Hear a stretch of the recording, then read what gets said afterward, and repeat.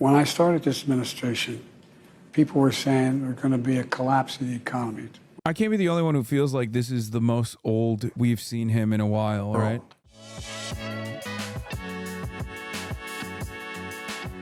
Biden interview is happening now. Let's go. Let's tune into CNN and see what the f is up with Aaron Burnett. I assume after this commercial break, we're going to have Joseph Robinette Brandon coming on to talk about how he's going to tell BB, Jack, look alive. Welcome to a special edition of Out Front. I'm Aaron Burnett, tonight live All right, from never mind. Let's listen to Brandon. interview I'll with get the back to President that of the United dumbass in a little bit. In an extensive one-on-one, we talked about the war in Gaza. And for the first time in his most uncertain terms, the President of the United States lays out conditions on American aid to Israel, connecting it directly to what is happening in Rafah right now. We also talked about his rematch with Trump, Biden telling me, quote, "I promise you he won't," when he talks about Trump accepting the outcome of the upcoming election. And we talked about the #1 issue for voters, and that is the economy. Okay, to be fair, that does track. Like, Trump literally won in 2016 and still didn't accept the outcomes and claimed that he actually won the popular vote. So he's a sore loser as well as a sore winner. Here's our exclusive interview with the President of the United States. Mr. President, thank you so much for being with me. Well, thanks for having me. So Trump attended a groundbreaking here where we are for Foxconn. He promised 13,000 jobs, and only about 1,000 of those actually exist right now.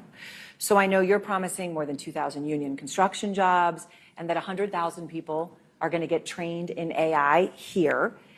Why should people here believe that you will succeed at creating jobs where Trump failed?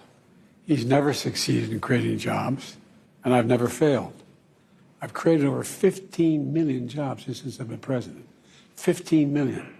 In 3.75 years. And secondly, Microsoft is a serious player, and they're very much engaged in making sure that they pick this area as sort of the home base for their AI initiative in the nation. And they're gonna do it. And just like, and by the way, well, I shouldn't go into it, but Trump is, he started off with the golden shovels, you know, For the groundbreaking here. For the groundbreaking, and talked about this being, you know, the 8th wonder of the world. When has he ever done anything he said? I'm not being facetious. Think about it. He started off, he lost. I'm not being facetious. I'm asking, when has he done it? Who's Trump? I forgot. And look at what he says he's going to do if he gets elected. He says he's going to do away with what I've done on Medicare, reducing the price of Medicare drastically. He said he's going to do away with the Affordable Care Act. He said he's going to do it just down the line.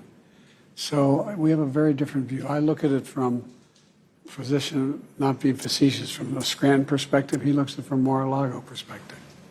He wants to give more significant tax cuts to the super wealthy. You know, we got 1,000 billionaires in America. You know what their average federal tax is?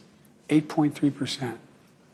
He talks about if I want to raise it to 25%, that would raise $40 billion, $400 billion over 10 years. We could further reduce the deficit, which I've been able to reduce. I mean, it's just a completely different perspective on how we should proceed.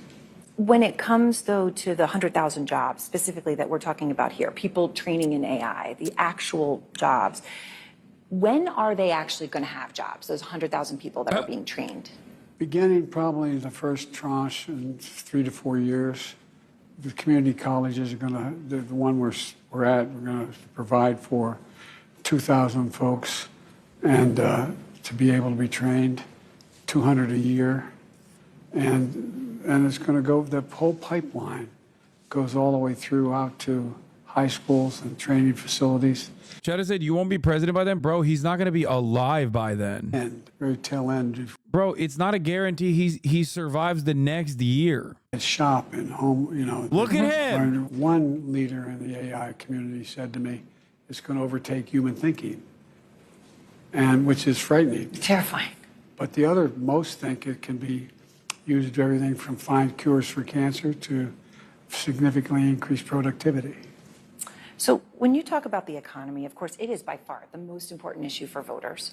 It's also true right now, Mr. President, that voters by a wide margin trust Trump more on the economy. They say that in polls. And part of the reason for that may be the numbers. And you're aware of many of these, of course. The cost of buying a home in the United States is double what it was when you look at your monthly costs from before the pandemic. Real income, when you account for inflation, is actually down since you took office. Economic growth last week, far short of expectations.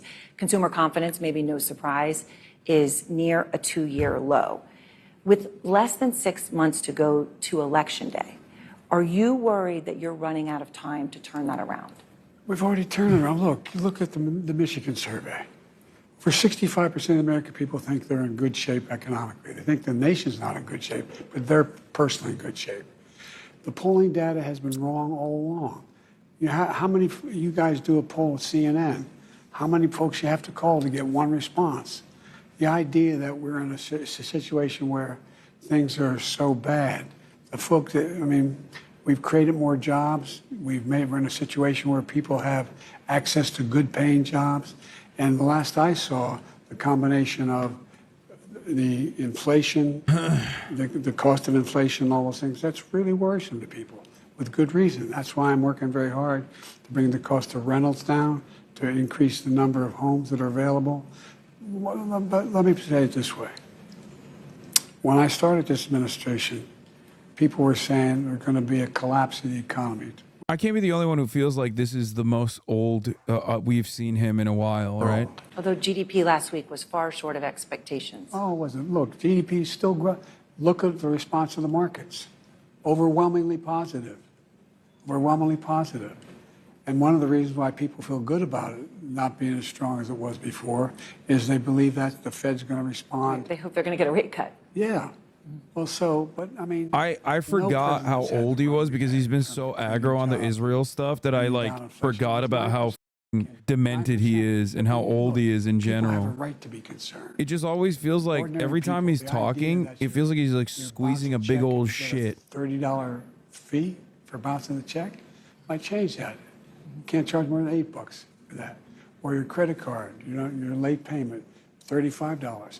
I mean, there's corporate greed going on out there, and it's got to be dealt with. What about, I mean, but there's real pain. I mean, grocery prices are up 30%, more than 30% since the beginning of the pandemic, and people are spending more on food and groceries than they have at any time really in the past 30 years. I mean, that's a real day-to-day pain that people feel. It really is, and it's real. But the fact is that if you take a look at what the people have, they have the money to spend. It angers them and angers me that you have to spend more. For example, the whole idea of this notion that Senator Casey talked about, shrinkflation.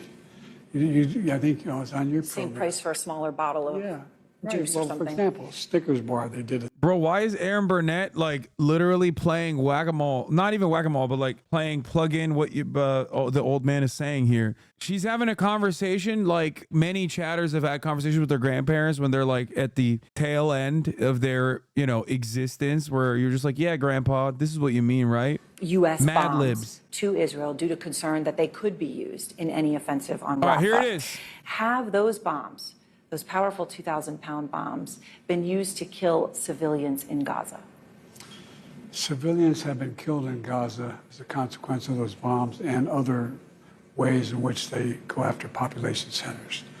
And I made it clear that if they go into Rafah, they haven't gone into Rafah yet.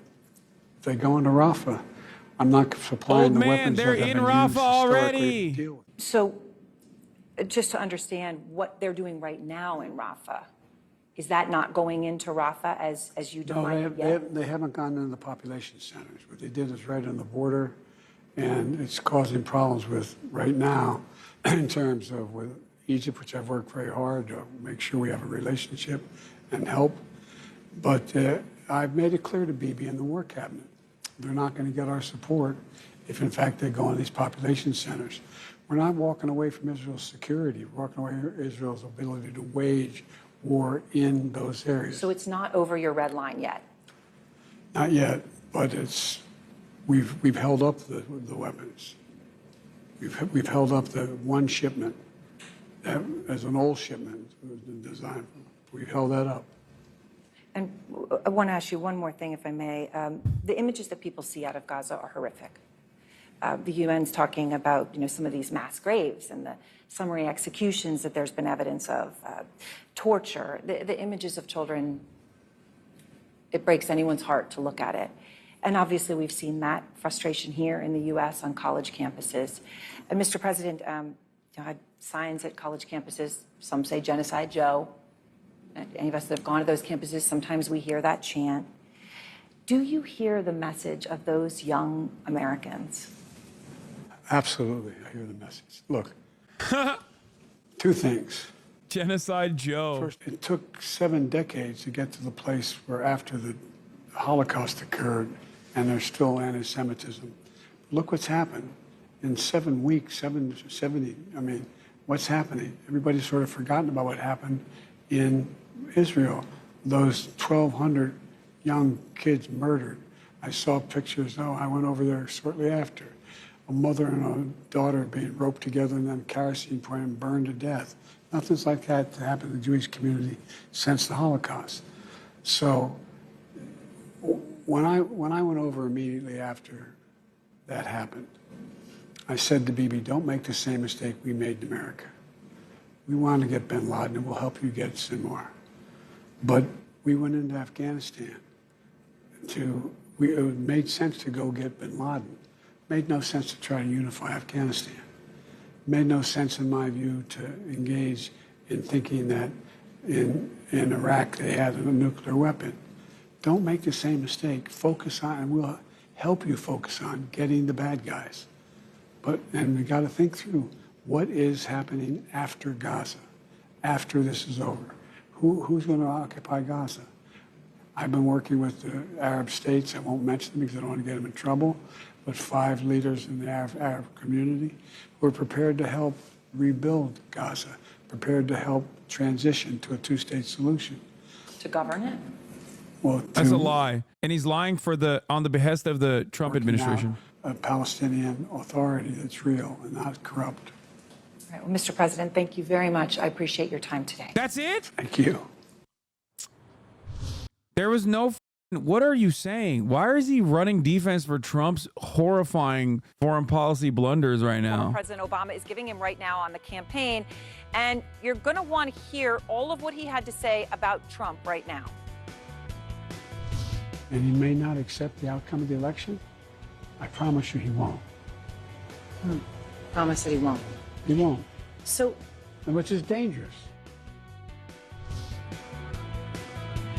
Plus, Trump's legal team shifting strategies as Stormy Daniels is about to return to the stand in just hours. We are now learning they plan to spend a lot more time cross-examining the adult film star. President Biden tells me that civilians in Gaza have been killed using U.S. 2,000-pound bombs. A worm and eating parasite. That's crazy. Expert.